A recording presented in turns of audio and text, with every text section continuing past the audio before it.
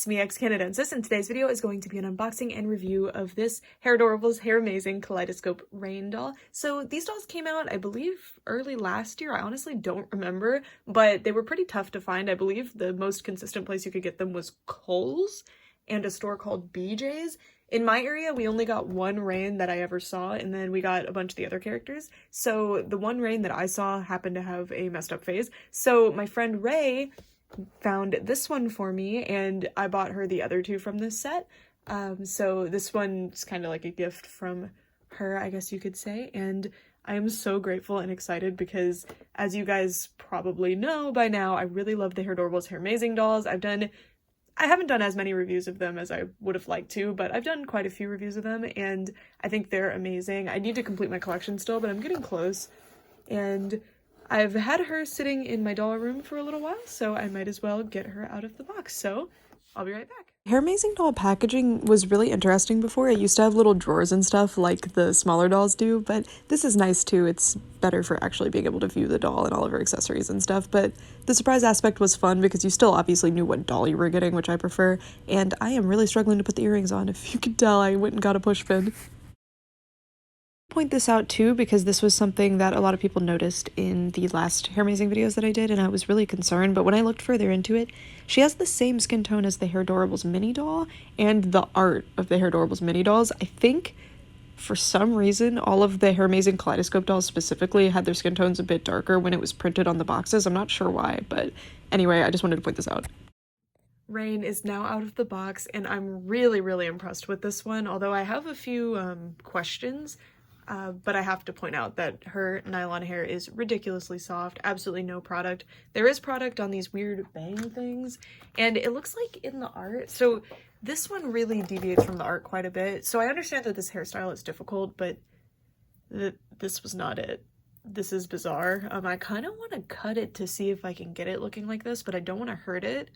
But I'm kind of, I don't know, this just doesn't look very good, especially because of how gelled it is. We'll work on it. And then she's supposed to have a little, like, bow around her head, but she comes with a visor. But because of her hairstyle with the gelled bangs and the buns, the visor can't sit in there. If you saw the time lapse, you saw me struggling to get it on there, so that was a little confusing. And then these as well, it shows them over the bangs, but I don't know, they don't really work. But beautiful piece. I love this line specifically because they have these like metallic pieces. That was like, there's two gimmicks of this line. They have the metallic pieces and an actual freaking kaleidoscope, which we will look at in just a moment. But aside from all that, we will continue with the review, and she's absolutely beautiful. So she comes with a stand, and I really like the Hairmazing stands. They're super non-intrusive. They're very flat, and they hold the dolls super well, which I appreciate. She is specifically more rickety than my other ones, but most of the time I have no qualms with the stand, and I even use it for other dolls. And she comes with a hairbrush as well. And these are actually pretty decent hairbrushes. I will most of the time tell you not to use plastic brushes on dolls, but honestly, I think this one would actually work decently well for detangling, but definitely invest in a metal brush for dolls like this that have like nice hair that you want to keep nice. Her hair is very nice and soft. It's pretty thick too. Rooting pattern is, it's really good, but they painted the scalp pink for some reason, so it looks super sparse, but it's a pretty standard rooting pattern. The hair is gorgeous. It's so luxurious. It's kiwi nylon, which is the same stuff that Rainbow High uses, and I love the colors. I wish that there were more of the colored streaks, especially the yellow, but I think the yellow is only supposed to be in the one little space bun and bang, but you know, I think it looks really cute, so I'd like to have seen more of it. Her face is very pretty. I feel like this doll specifically was prone to have a bit of an eye wonk. I feel like they all kind of have it, but this one looks really good to me, and I really love her, and I appreciate Ray for picking her out for me because I think she picked out a really good one, and she looks super cute. I think she's supposed to have like an asymmetrical eyebrow look, which you guys know is one of my pet peeves in dolls, so I think that's why I perceive her face as a bit uneven, even if it isn't. And she has a thin lip. I know a lot of people dislike the Hairmazing faces, but I actually think they're really cute. They're very friendly and inviting, which is the vibe that they're going for with these dolls. Although I will say that I think the smaller Hairdorables dolls have cuter expressions and more versatility, and they're more fun. But these are meant to look older, so I get it. But have you guys seen the Hairdorables Kissy face? It's right here. I think it was introduced in like series 3, maybe? I don't remember. But it's so cute. And I wish that these dolls had gotten more of that versatility, because it's part of what made Hairdorables so fun when they started expanding the expressions that the dolls could have. And it's actually well executed. I feel like a lot of the time, different facial expressions are not executed well on dolls.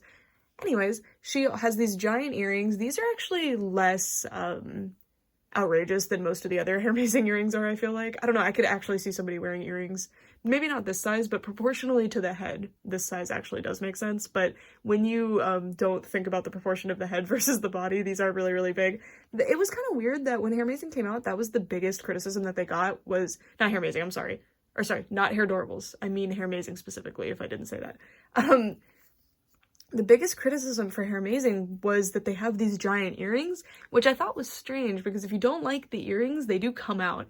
But I do have a criticism related to the earrings that I'm pretty bummed about, because it's in all the Kaleidoscope dolls, and I really like these. It's because they have these really pretty metallic earrings, so you don't want to hurt them, but you have to use the might of Zeus to get them in the ears, and even then, they're not all the way in. Hairdorables dolls have really hard heads. They're not super squishy like most fashion dolls are, and the posts on these earrings are super brittle, so it's not ideal. They're soft, so they kind of bend, and then they'll snap, so you want to be really careful. I haven't broken any yet, but I've been being extremely cautious. My recommendation, if you do get one of these and you're struggling with that, you might have seen me doing it in the time lapse, use a push pin and kind of try and work the hole a little bit bigger so that you can fit the earring in. Anyway, she has this really, really cute fluffy coat. It reminds me a lot of I feel like I have a Metallic Madness Raya from Bratz 2015 that has a similar coat to this. Not that it's super unique or anything, I'm just pointing out that it feels very similar. It's very cute, it's a similar style. And then she has this two-piece. Her outfit is they're all very music festival-y, and hers is no exception, but having this like matching two-piece with a coat over it, I don't know, that's just very like mid 2010s music festival-y. I really like this little sports bra piece, actually. Am I just finding out that they have a chest joint? There's a I legit don't think I've ever noticed that before, and if I have, I forgot. What? Oh man, it makes me so sad that these are discontinued. Are you kidding me? They have a chest joint? Okay, anyway, sorry. This is super cute. I love the little cutout here. It's a very unique feature, and it's a really, really cute little sports bra piece, and everything does continue onto the back. Not that there's a whole lot to continue, but you know, talking to Barbie here. And then she has these mid-thigh length, like, shorts? I never know what to call this length of pants. I guess I guess they're shorts, I don't know. I normally hate this length, but with this two-piece, it works, and it makes sense, and it's very, very cute. So in the time-lapse, I got really excited about the shoes. First of all, working roller skates, all the wheels actually spin, which is awesome. They're made out of a harder plastic than the rest of the shoe.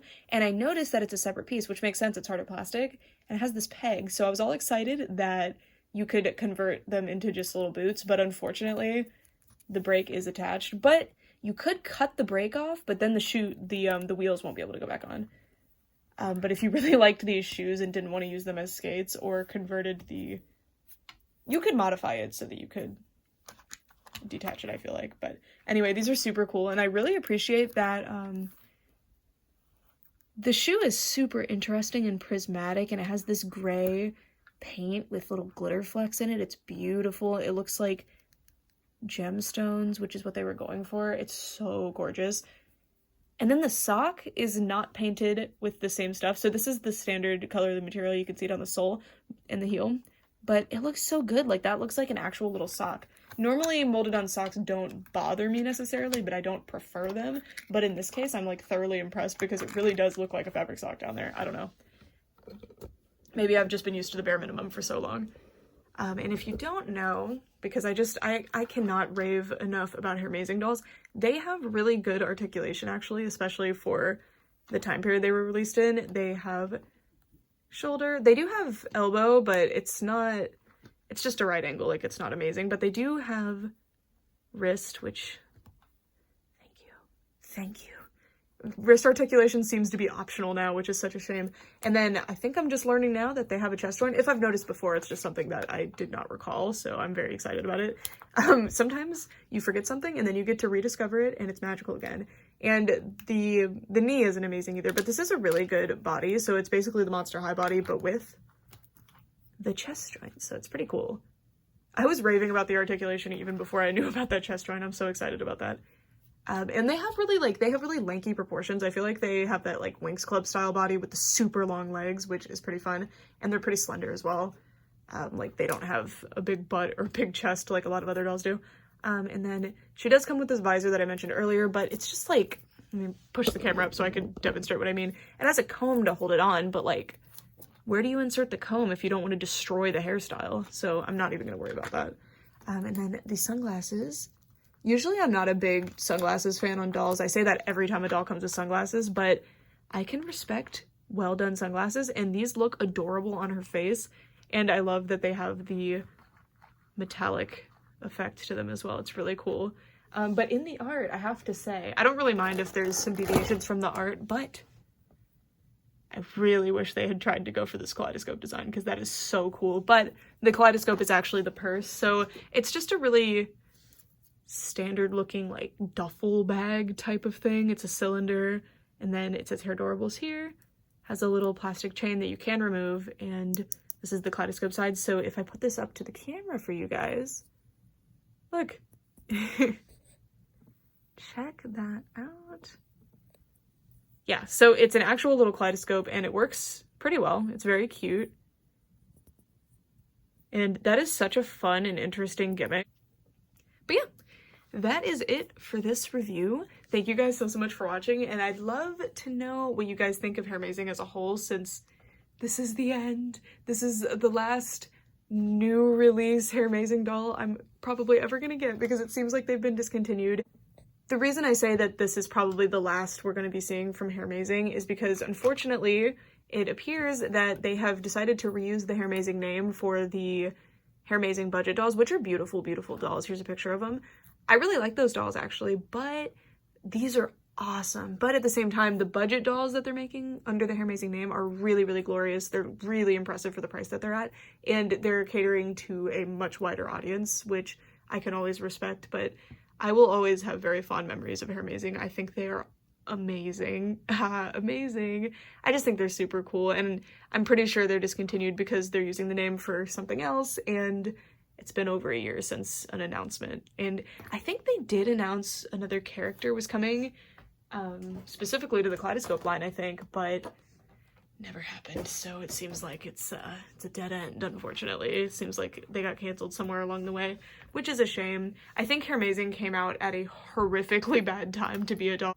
So these came out in late 2019, I believe. It could have been mid 2019, but I feel like it was later. I don't 100% recall, but I remember hunting for them when they first came out.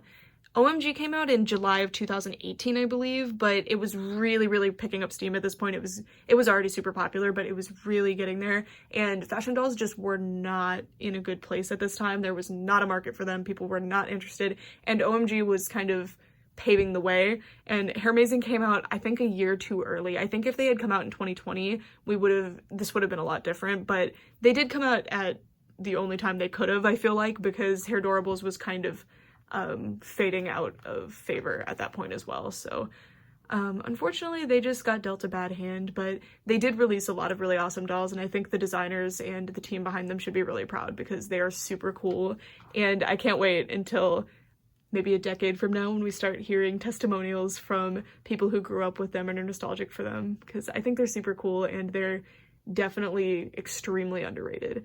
Yeah, that's it. Thank you guys so much for watching, for real this time. Bye!